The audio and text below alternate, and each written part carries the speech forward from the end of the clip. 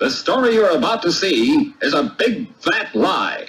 No names have been changed to protect anybody.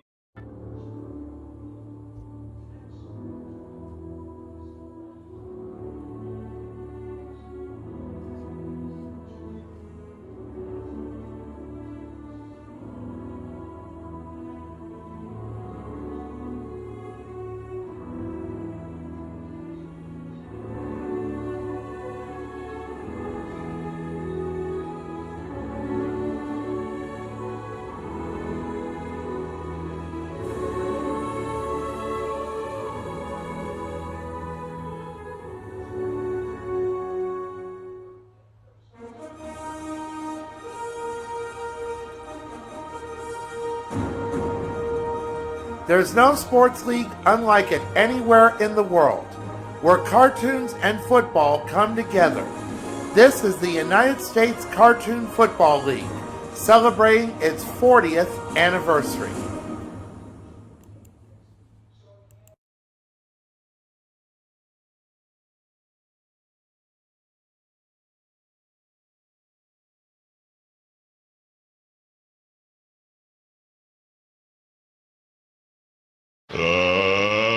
Let's get ready to rumble!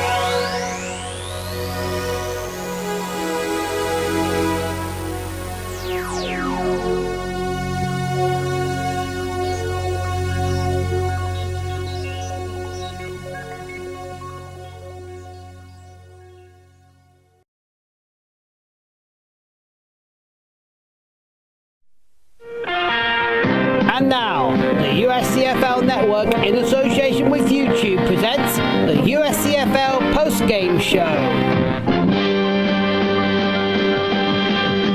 Here's once again is Robbie Graham.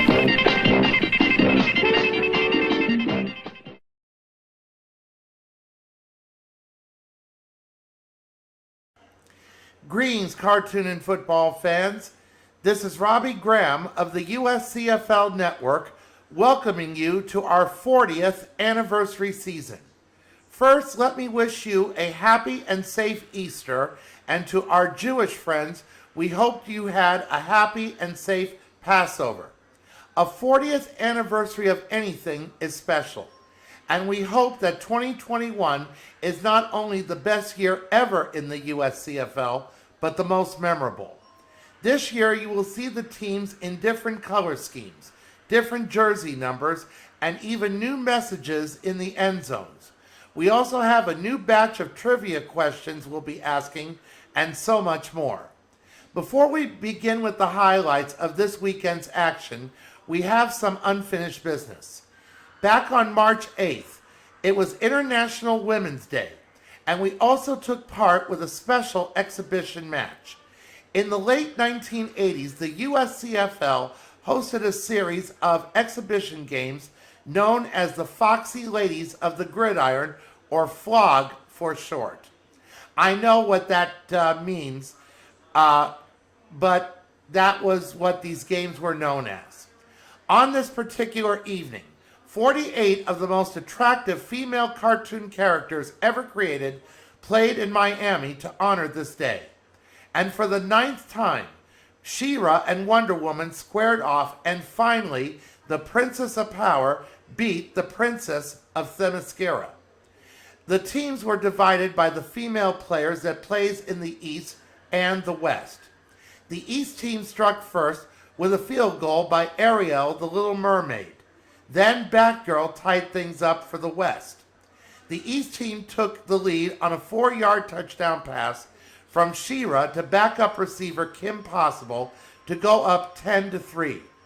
Then running back April O'Neil ran it in from 9 yards out to go up 17-3 towards the end of the first quarter.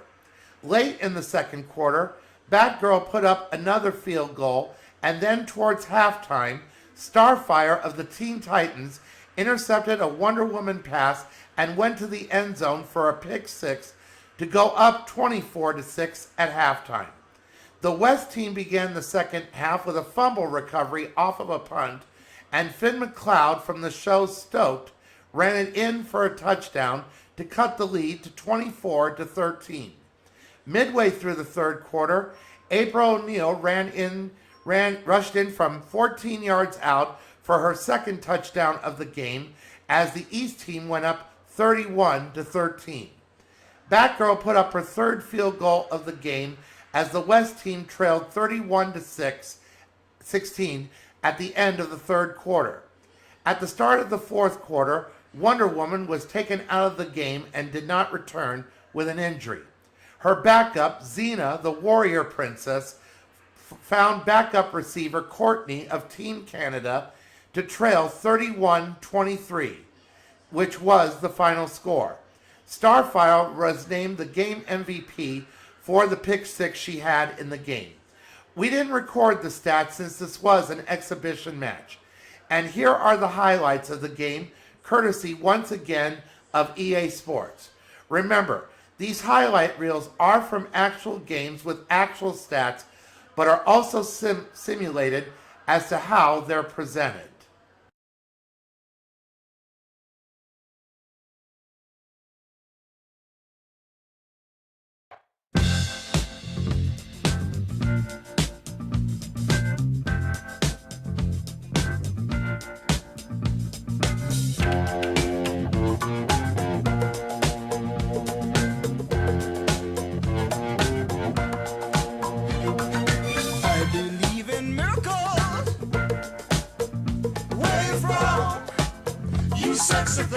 Sexy thing, you. I believe in miracles. Since you came along, you sexy thing.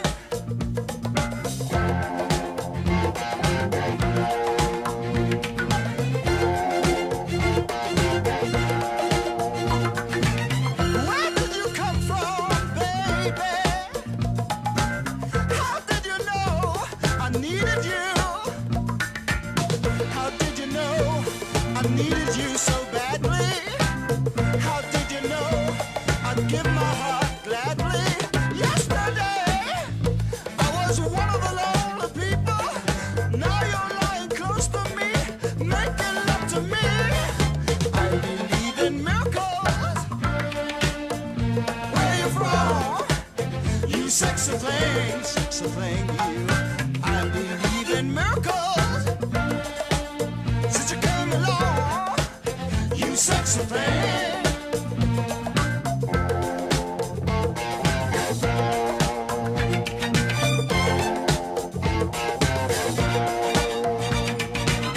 Where did you come from, angel?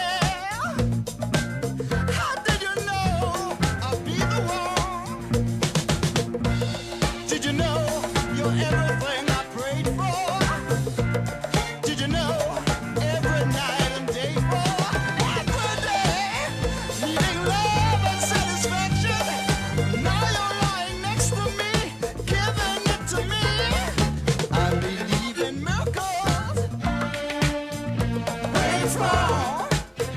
Sexy thing, you. I believe in miracles. Since you came along, you sexy thing. Oh, kiss me, you sexy thing. Touch me, baby, you sexy thing. I love the way you touch me, darling. You sexy thing. Oh, sexy to see, you sexy thing.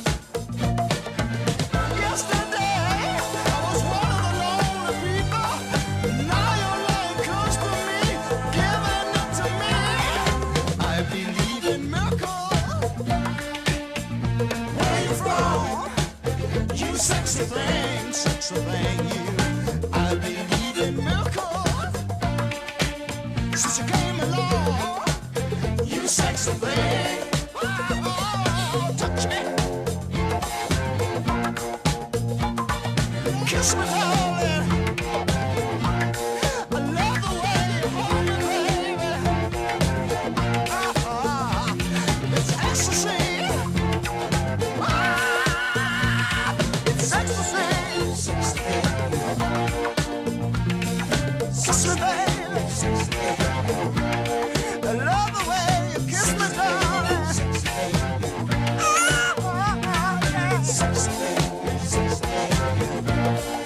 Love the way you hold me. Keep on loving me, darling. Keep on loving me, baby.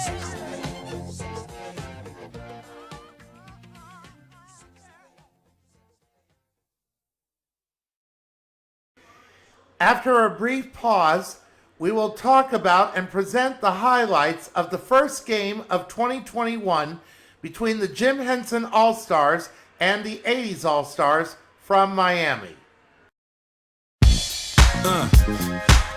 Yeah. Miami. South Beach, bringing the heat.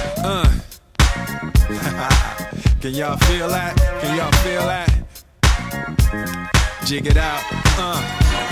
Here I am in the place where I come let go. In Miami, the base and the sunset low. Every day like a Mardi Gras. Everybody party all day. No work, all play, okay? So we sip a little something, leave the rest to spill. Me and Charlie at the bar running up a high bill. Nothing less than ill when we dress to kill. Every time the ladies pass, they be like, can y'all feel me?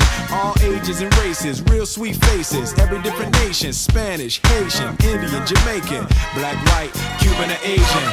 I only came for 2 days of playing, but every time I come I always wind up staying. This the type of town I can spend a few days in. Miami, the city that keeps the roof blazing. Party in the city where the heat is on all night on the beach till the break of dawn. Welcome to Miami. Welcome back.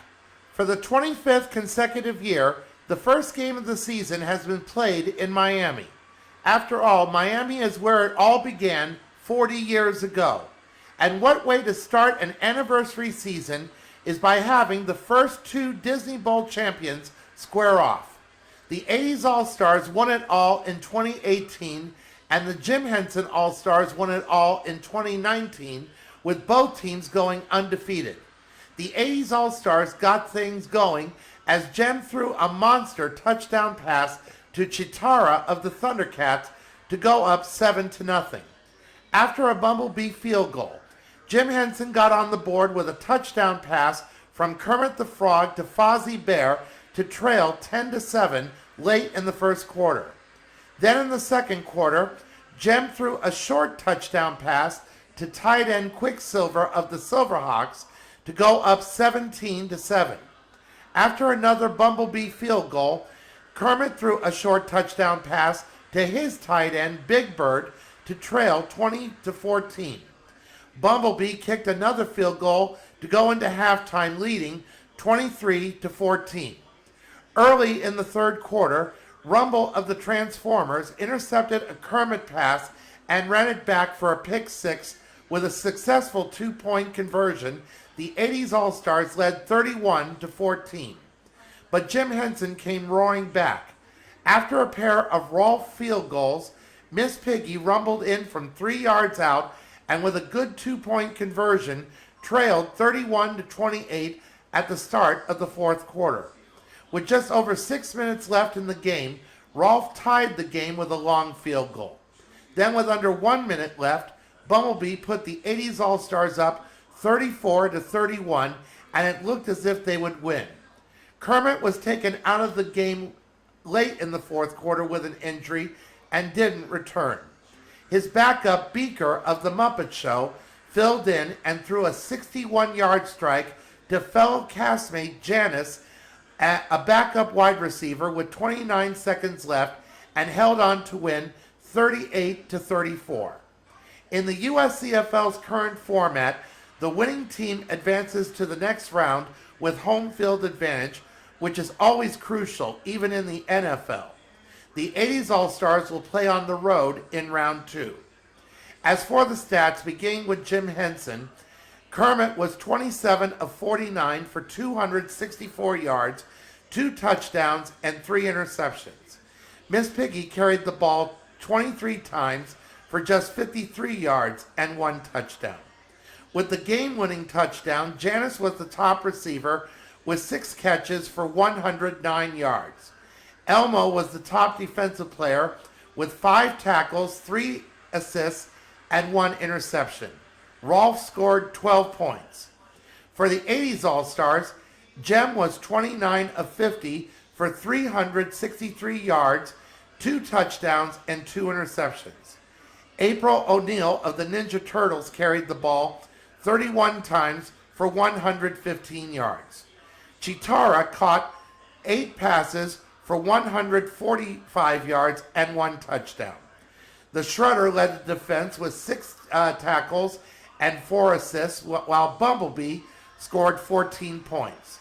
Rumble was the game MVP with the pick 6 he had in the 3rd quarter.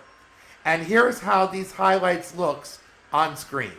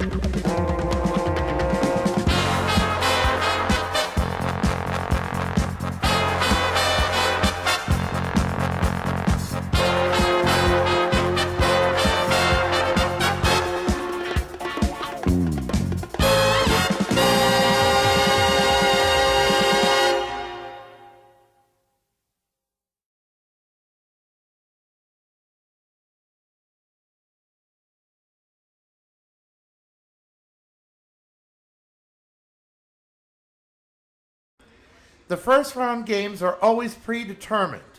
Who they will play against after that depends on how well or poorly they score. Usually, a team that scores the most will get the number 1 seed and will play against the team that lost and scores the least.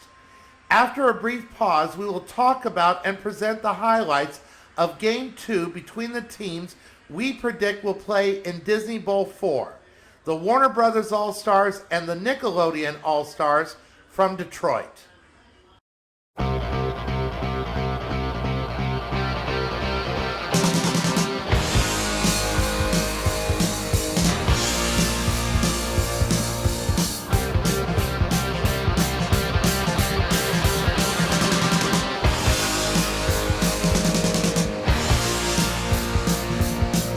I feel tired on Saturday night. 9 o'clock, the radio's the only light. I hear my song and it pulls me through. 'Cause the throne tells me what I got to do. I got to get up. Everybody's gonna move their feet. Get down. Everybody's gonna leave their seat. You gotta lose your mind in Detroit, Rock City. Get up, everybody's gonna move their feet. Get down, everybody's gonna leave their seat. Get in late. Welcome back. The reason why we say that the Warner Brothers All-Stars and the Nickelodeon All-Stars will play in Disney Bowl 4 is because that we did a dry run before the season began, and this is how we came up with that prediction. Whether or not it happens for real remains to be seen. We also predicted that Nickelodeon will be the champs for 2021. However, in this game, Nickelodeon didn't look like championship material, and Warner Brothers proved it. From the opening kickoff, Warner Brothers had this game wrapped up before it was wrapped up. Daffy Duck got things started with a 4-yard touchdown run. After a Wile E. field goal, Babs Bunny of Tiny Toon Adventures scooped up the ball after a SpongeBob sack and ran it in from 5 yards out as Warner Brothers took a commanding 17-0 lead. Danny Phantom of Nickelodeon took the ball in from 3 yards out to end the first quarter 17-7. Warner Brothers added to the lead with a Wile E. field goal, and Nickelodeon put up a touchdown pass from SpongeBob to Sandy Cheeks with an acrobatic catch.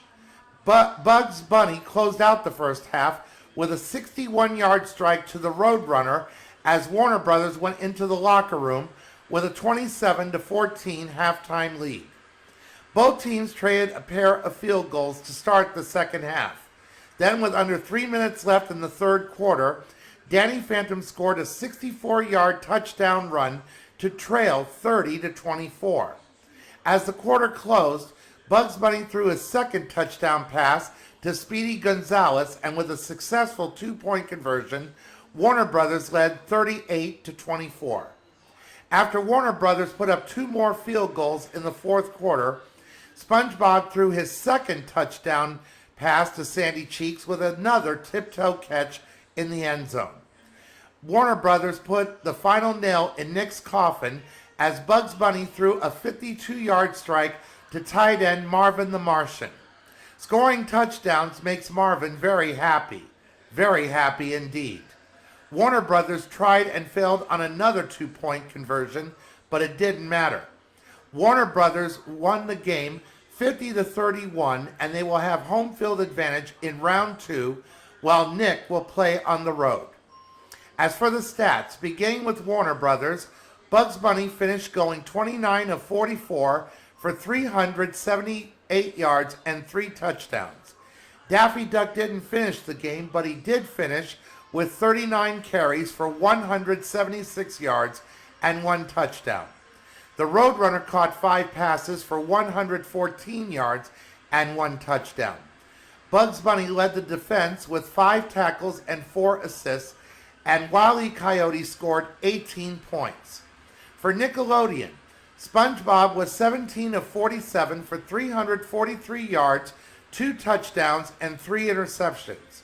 Danny Phantom carried the ball 23 times for 168 yards and 2 touchdowns. Sandy Cheeks finished with 102 yards on 7 receptions and 2 touchdowns. Bessie Higginbottom, also known as the Mighty Bee, had 11 tackles, 3 assists, and 2 sacks. Sam Manson of Danny Phantom scored 7 points.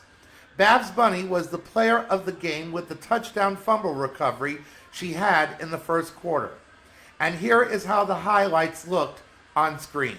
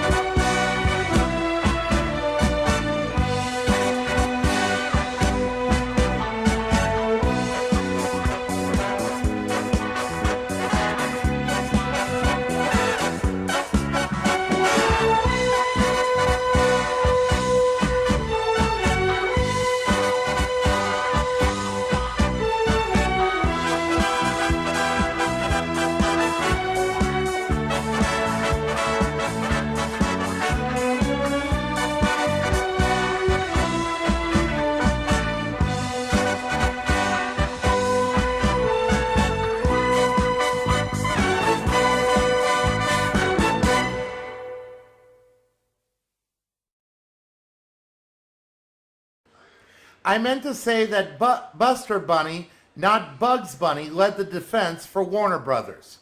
After we take a brief pause, we will present our first trivia question of the season, along with a preview of next week's games and a major announcement.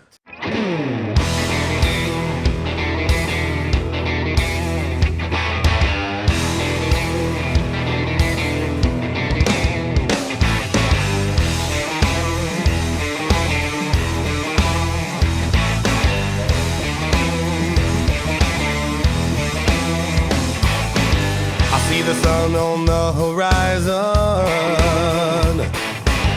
I hear the engine of the F-16. Man, I can't contain the excitement when I see the colors of my team. Can you feel it? Can you feel it?